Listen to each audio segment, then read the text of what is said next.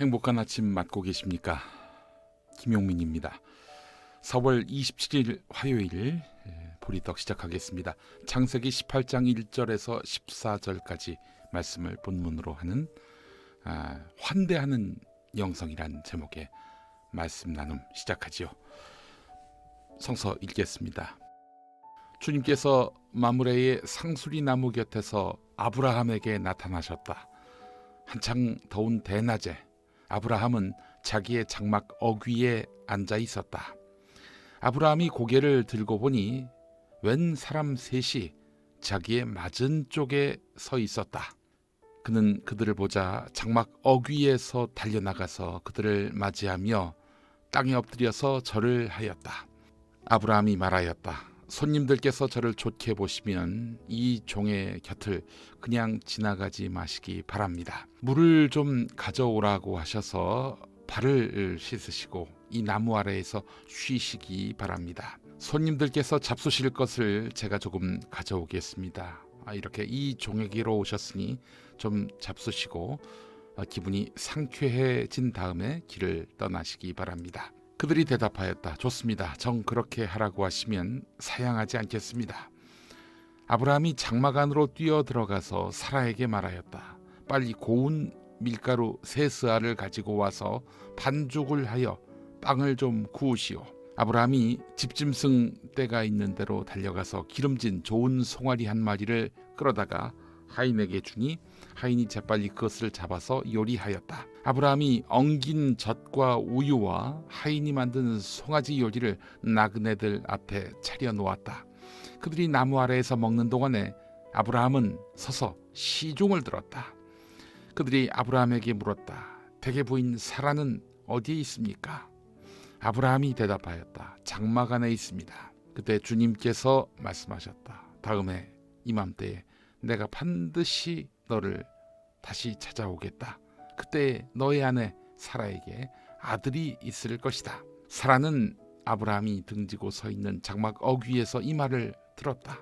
아브라함과 사라는 이미 나이가 많은 노인들이고 사라는 월경마저 그쳐서 아이를 낳을 나이가 지난 사람이다.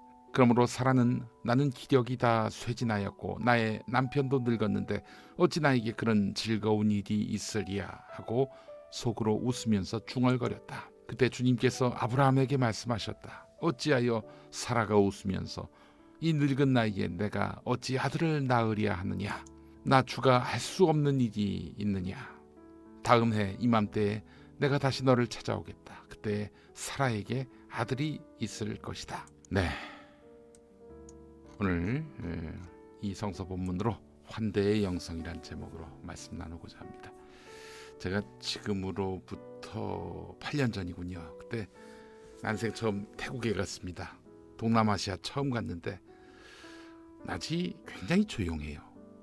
대신 밤에 그때부터 사람들이 나오기 시작합니다. 해가 지면서부터 사람들이 거리로 나와요.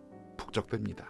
물어봤더니 낮이 더우니까 웬만하면 일을 밤에 한다는 겁니다. 제가 중동에는 가보지 않아서 잘 모르는데 아마 여기도 그럴 겁니다.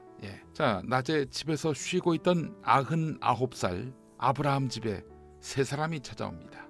생전 처음 보는 사람들, 나그네 셋이었습니다.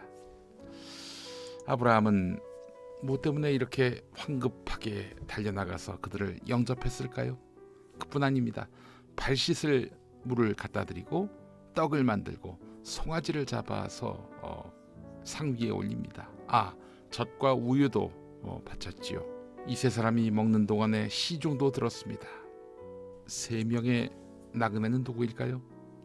히브리어에서는 주님, 곧 야훼 하나님이라고 했습니다. 네, 하나님이 오셨어요. 근데 아브라함은 주님인 줄 알고 융숭하게 대접한 게 아닙니다. 여기서 잠깐 한 가지 의문이 있습니다. 3명이라고 했어요. 3명. 하나님은 한 분이신데 어떻게 3명이 함께 왔을까? 셋 다 하나님이 아닐 수도 있겠죠. 하나님 한 분에 수행원 2명일 수도 있겠고요. 또 어떤 성서학자는 성부, 성자, 성령일 것이다 이렇게 얘기하는데 창세기에 벌써 삼위 하나님이 나타나신다. 이건 좀 너무 어색한 해석입니다. 그냥 하나님이 나타나셨다 이렇게 보는 것이 옳을 것 같습니다. 아브라함은 이 사람들이 누구인지 모르고 대접했어요. 사실 옆집에 누가 사는지도 모르며 사는 우리에겐 참 이해할 수 없는 풍경입니다. 엘리베이터에서 만난 사람들, 대개는 이제 같은 동에 사는 사람들일 텐데, 아파트 같은 경우 그 사람들에게조차 경계심을 갖는 우리에겐 참 이런 아브라함의 대접이 생소합니다. 근데 아브라함이 정말 진심으로 이 별 볼 일 없는 나그네 3명에게 이렇게 대접했다면 그는 진정 믿음의 조상다운 사람임을 알 수 있습니다.